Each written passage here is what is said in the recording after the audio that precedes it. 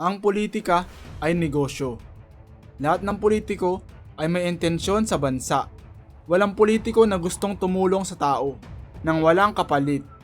Walang matinong tao na kukuha ng obligasyon sa buhay nang wala siyang mapapala dito. People are addicted to control. Hindi pera ang pinaka-nakaka-addict, kundi kapangyarihan. Kapangyarihan ang totoong droga. Kapag natamasa na nila, ang kapangyarihan ay hindi na nila ito bibitawan. Na dahilan din, kaya naman talamak ang vote buying sa Pilipinas. Madaling manipulahin ang mga taong desperado. Kaya naman, makikita mo na ang mga tao ay mas sinusuportahan ng mga politiko na nagbibigay ng ayuda kaysa sa politiko na may totoong proyekto. Dahil tingin nila, ang ayuda ay galing sa bulsa ng mga politiko, na kahit ang totoo ay galing ito sa buwis ng tao. The poor nation is easier to rule than an educated one. Pinababa ng mga politiko ang kalidad ng edukasyon sa bansa, nang sa ganon ay dumami ang mga taong mangmang nang madali nila itong mauto. Alam ng mga politiko na ang mga mahihirap na tao ay mga bobo. Magsasagawa sila ng mga libreng paaralan para sa mga mahihirap, na ang kapalit nito ay limitadong kaalaman equals to limitadong kakayahan. Kaya pansinin mo na lang na yung mga politiko at mga makakapangyarihang tao ay pinag-aaral ang mga anak nila sa ibang bansa, dahil maging sila ay walang bilib sa sistema ng edukasyon sa bansa na mismong sila ang nagtalaga. The image is more important than truth.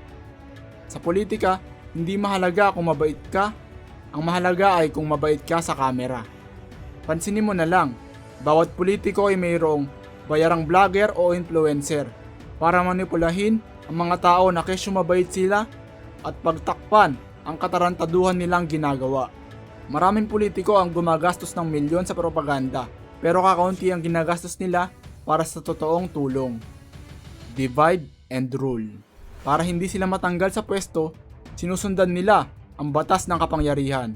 Yun ay pag-awayin ng mga tao para hindi sila magkaisa. Dahil kapag hati-hati ang mga mamamayan, walang lakas para lumaban sa katiwalian.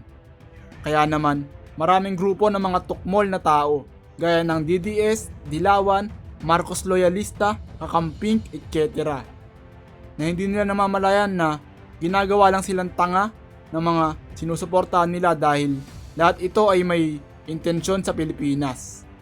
Pansinin mo na lang, 'di ba? Kapag eleksyon sila ay nagsisiraan, pero kapag wala ay para silang magkaibigan. Power protect itself.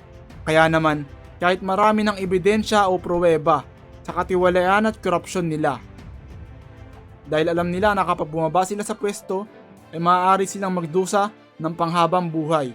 Kasama na rin dito ang kanilang mga pamilya na nagtatamasa ng pagnanakaw nilang ginagawa. Kapag magkakasabwat, ang nasa taas ay sila ang nagtatanggol sa isa't isa. Sistema ang bulok, hindi lang ang tao.